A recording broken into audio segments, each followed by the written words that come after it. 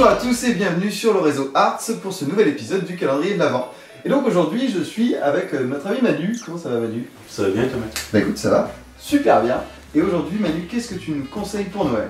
Alors je vais vous conseiller, alors je sais pas sans connaître mon amour pour les Lego.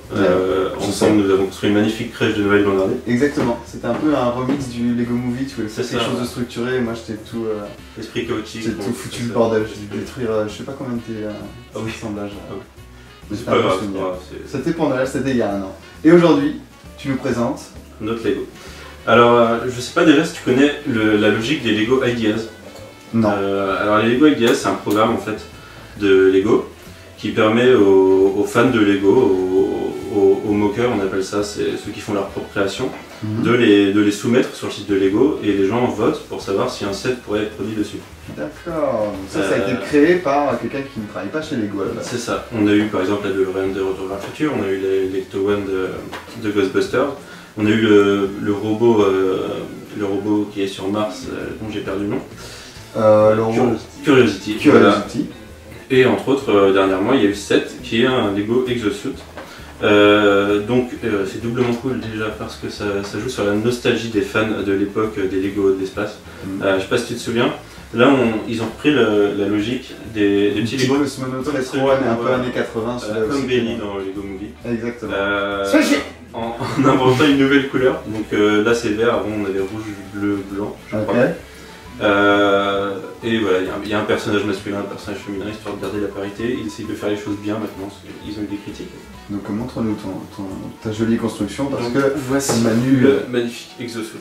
Donc c'est hyper cool, parce que c'est un exosquelette. Tu peux le montrer. Du type de celui qu'on a pu voir pour Lex Luthor dans le set avec Superman et Wonder Woman, ou pour Baxter Stockman dans un set Tortue Ninja. Ouais, moi ça me fait surtout penser à Alien.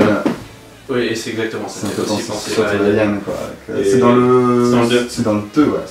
Et c'est hyper cool. Ils étaient jaunes, mais voilà, vous avez le plan, vous pouvez les refaire en jaune si vous voulez. Je sais plus ce qu'elle lui dit, qu'est-ce que de la pétasse, je sais plus ce qu'elle a.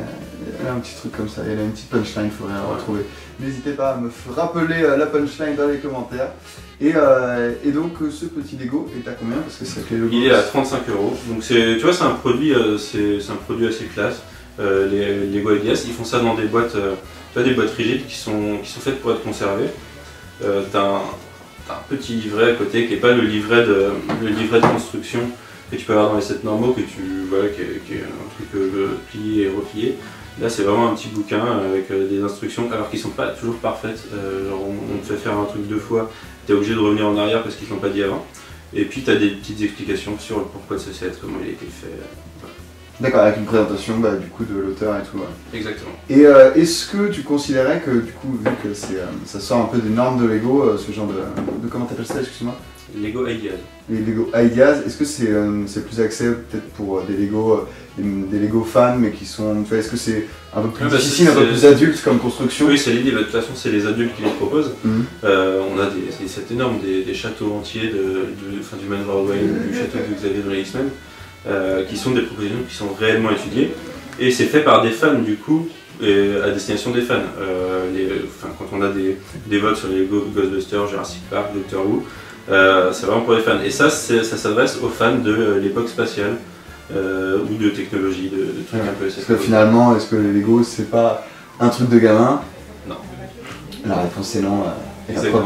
C'est un truc de passionné avant tout. Donc merci Manu et donc on se retrouve quant à nous demain pour un nouvel épisode du calendrier de l'Avent.